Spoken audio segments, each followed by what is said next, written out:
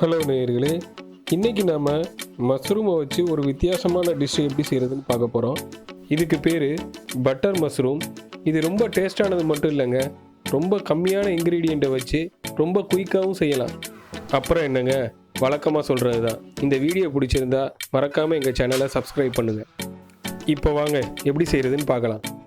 முதல்ல கடாயில் 1 table spoon வெண்ணெய் விட்டு சூடாக்குங்க. சூடானதும் 200 கிராம் காளானை பெருசாக நறுக்கி சேர்த்து 5 நிமிஷம் நல்லா வதக்குங்க. தண்ணி ஊற்றாமல் வதக்குங்க, ஏன்னா காளான்லேயே கொஞ்சம் தண்ணி வரும். காளானை ஏன் பெருசாக நறுக்க சொன்னேன்னா வதக்கையிலேயே அது கொஞ்சம் சுருங்கிடும், அதனால தான் பெருசாக நறுக்கி சேர்க்கணும். 5 நிமிஷம் வதக்குனதுக்கப்புறம் 10 பல் பூண்டை சின்னதாக நறுக்கி சேர்த்து 1 நிமிஷம் வதக்குங்க.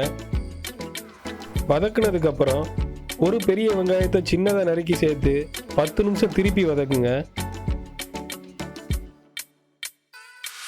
வதக்குறப்பயே 1/4 ஸ்பூன் உப்பு சேர்த்துக்கோங்க. பட்டர்லேயே உப்பு இருக்கிறதுனால நம்ம 1/4 ஸ்பூன் உப்பு சேர்த்தா போதும், தேவைப்பட்டால் கடைசியாக சேர்த்துக்கலாம். 10 நிமிஷம் வதக்குனதுக்கப்புறம் 1/2 ஸ்பூன் மிளகு பொடி சேர்த்து 1 நிமிஷம் வதக்குங்க.